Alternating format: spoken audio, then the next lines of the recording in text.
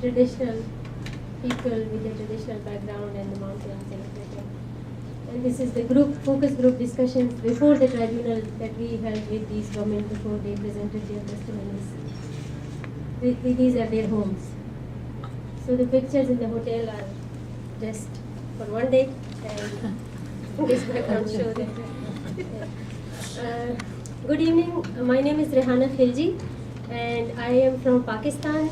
And within Pakistan, I am from the province of Balochistan, which is at the southern part, and we share our border with Iran and Afghanistan. So maybe you can well imagine the security situation in Balochistan due to the recent insurgency and due to the recent conflict that is going on. And another thing is important about Balochistan because due to the refugees influx, when the Soviet Union invaded Afghanistan, at that time a lot of refugees, they came into the northwestern frontier province and also in Balochistan.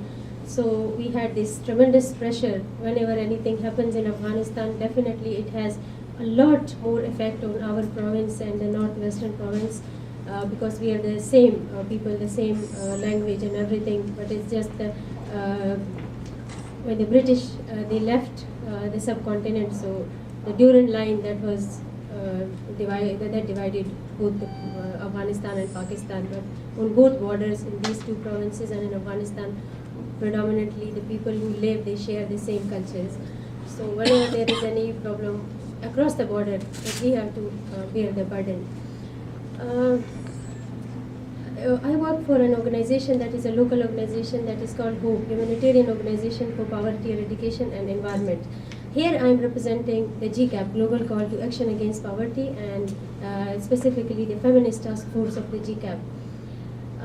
We held this tribunal in Balochistan, and it was for the very first time in the history of Balochistan that women, they got a chance to come out of their homes and then they speak to the people and they present literally their testimonies. There were chances like maybe some of them were involved in capacity building, training and seminars sometimes, but for the traditional tribal women to come out and literally present their testimonies and hold the state accountable for a number of things and hold the international level people and the institutions accountable in their own simple words was really like an enriching experience.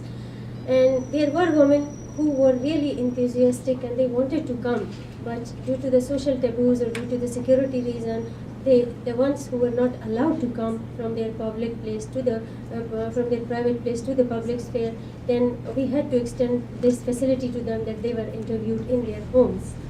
So this is how we tried to reach to the women who were not even able to physically come, but their voices were carried to this tribunal. The respondents, we made conscious effort that we have the government in the respondent panel, in the panel of judges, so that the government is really involved right from the very beginning, and so they don't say that we don't know about this. We just don't know what kind of issues women are facing in relation to the impacts of climate change. And we also brought in the academia, and there were a lot of young ladies. See, the involvement of youth is very much important. There were 20 young ladies who attended this tribunal from the University of Balochistan. And on the testifiers were basically from 6 various districts of Balochistan. There were 5 testifiers, 6 testifiers were women and 2 male testifiers. And it is very much important for the context of Balochistan, since socially it is very strict and it has restricted mobility of women, and there are socio-cultural taboos for whatever reason. The main challenge for us was to gain the trust within the male community first, and then through them and through gaining their trust and then reach to the women. And this is how then the male were also involved in the process. So there were 2 testimonies that were presented by male, but this was good that they also highlighted specifically how the lives of the women have been impacted by climate change. Now it comes specifically to the climate change, like how their lives have been affected. The women who presented their cases, some were from the agricultural background, some were the informal laborers in the agriculture, and some of them were just doing the household work and also productive, and also doing this knitting and sewing and making embroidery and all these things. So they had various different backgrounds. But just to sum it up, I will just give you this flow of story. For example, a woman who is placed, this is one testimony that I'm quoting, in one of the rural areas of Balochistan. She just nicely defined that earlier on she had a small kitchen garden in the home. So she could water that kitchen garden and she could get free vegetable for herself and for her kids.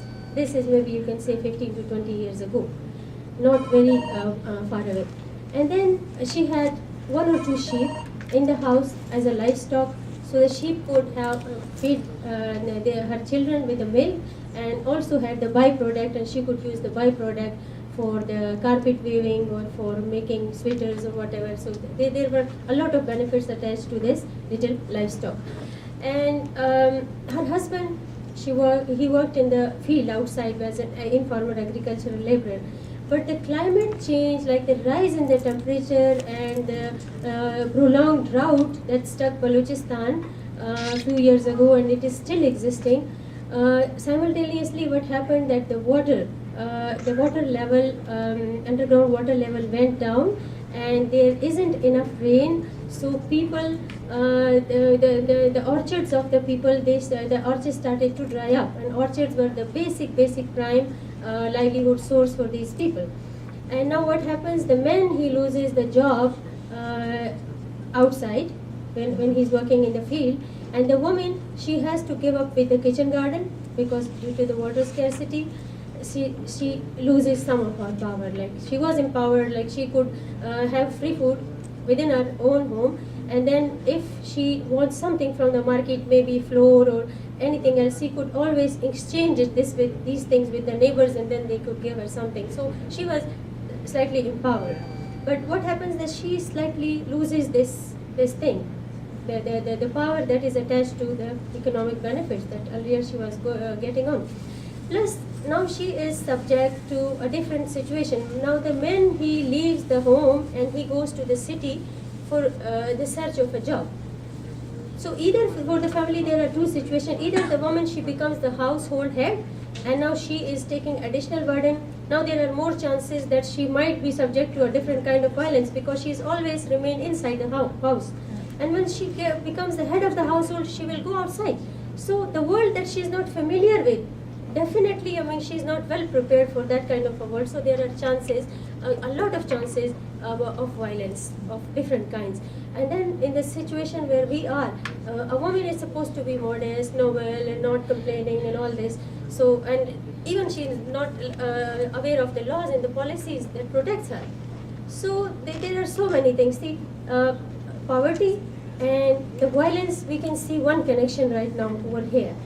And then economic strength and economic empowerment and poverty and decision making. Earlier she could have made decision. I mean, this is even decision. Like if she wants to take something from the neighbors and for exchange of maybe 2 eggs or something like that. This is small decision, but basically these decisions earlier on used to give her strength. Now she is losing her strength. And similarly, the family is affected. See, the poverty is a holistic phenomena. The family is affected more because now the children are also subject to violence. There are more chances because they have to, the woman, she has to take out the first baby boy. See, girls are also impacted in a different way because girl is already at home. She is working mother. We are helping with the mother. But the boy who has the privilege to go to school, he will be also taken out of the school, and now what he is doing, he is just helping the mother because the mother is now in the new role. And he is also, instead of going to the school, he is going to the child labor. He is either working on the nearby hotel as the child labor boy, or he is in the garbage picking.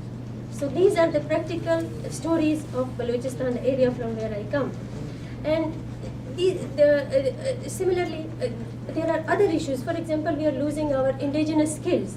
One of the women, she clearly said that earlier on she could weave carpets, and that was in her area, in her village, a predominant source of income for them. But now there are two things happening. They are losing that income source, one, due to the loss of livestock, due to the loss of rangelands, and number two, what is happening that they are losing that indigenous skill as well, because now it's difficult.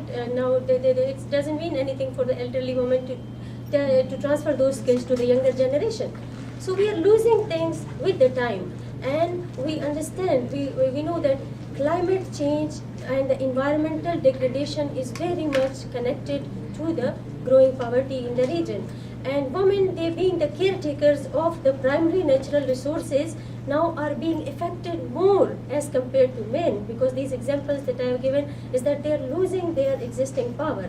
They are already powerless to some extent when we compare it, even the women from Balochistan to other provinces, the well-off provinces. So, and when you compare it to the rest, I mean, they are already at the margin, yeah. So, this is local situation.